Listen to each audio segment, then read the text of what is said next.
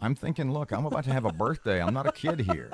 You know, I got a heart murmur. I have, what's it called? I have mitral valve prolapse. Right. There's no good comes of that. 741, 1017 FM, 710 KEEL. Robert J. Wright and Erin McCarty joining us for a little bit is Shreveport City Councilman Michael Corbin. It's been a while. Hey, Mr. Mike, how are you this morning? Good morning. How are y'all this morning? Good. Well, Erin found a story a couple of days ago. That the convention center is not meeting projections, nor the Hilton Hotel. I think this has been an ongoing problem for a while, Michael. Is that accurate? Yeah, there is kind of an old story that doesn't seem to go away off of a couple of websites that talk about it. The Hilton itself, it's actually holding its own. It's doing pretty well. Certainly their capacity is not quite what it was when Haynesville shale activity was at its peak, but their occupancy rates are really good, and it's doing okay. Convention Center, on the other hand, it's just there's so many pieces that go into how that generates revenue and what our competition is, what the convention business cycle is. What can we do about that? What can we do about the convention center? Because now it's become where we're pumping money into it, needs a new roof, needs improvements and all that. What's the answer? Well, I think that's a really good point, is the convention center and the hotel, to some standpoint, the physical building, they're beginning to need upgrades, and those are city buildings. So how do we find money to do that? How do we keep the roof intact, stop leaks and things like that? And it's not a problem just for the Hilton or the convention center. We have it for all of our city buildings. And I think that staff has done a good job with finding creative ways to come up with roof programs, for example. But it's something that we're going to have to continually look at as both of those buildings age. The Hilton, explain to people the city's relationship with the Hilton.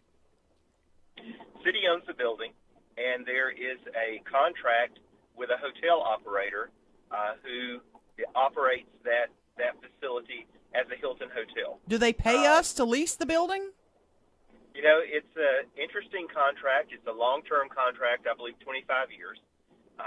They get, management company, in a nutshell, gets their money off the top. Then there are monies that go back into improvement of the facility, new carpets, new room furniture, TVs, things like that. And then the city gets whatever's left to go toward, bond debt or building and upgrades or things like that. Pardon me, Mike, has this proven to be a good deal for the city? I think it really depends on where we are in the economy.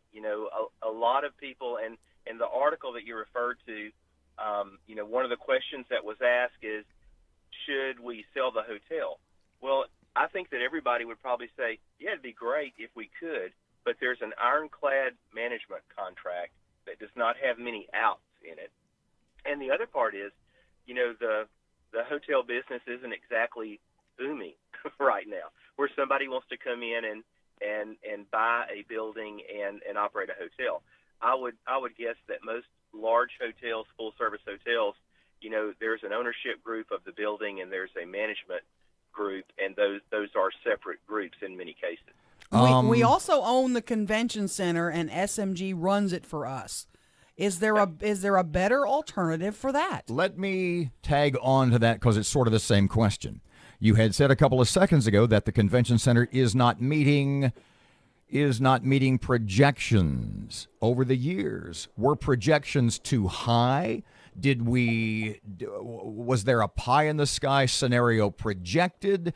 Is the reason we are not, quote, meeting projections, what's the reason for that? I know that's a rather lengthy question, but it does tie in with the previous one. Yeah, that's too long. I can't answer it. Okay, thanks for calling. But really, the convention business is very fluid. And when the convention center was planned and opened, the way it's explained to me as a city council member from the management team, our management group, is that the convention center, convention business was such that 300 people came in. They had steak dinner one night. They had chicken dinner one night. They had roast beef. They did all this full service stuff.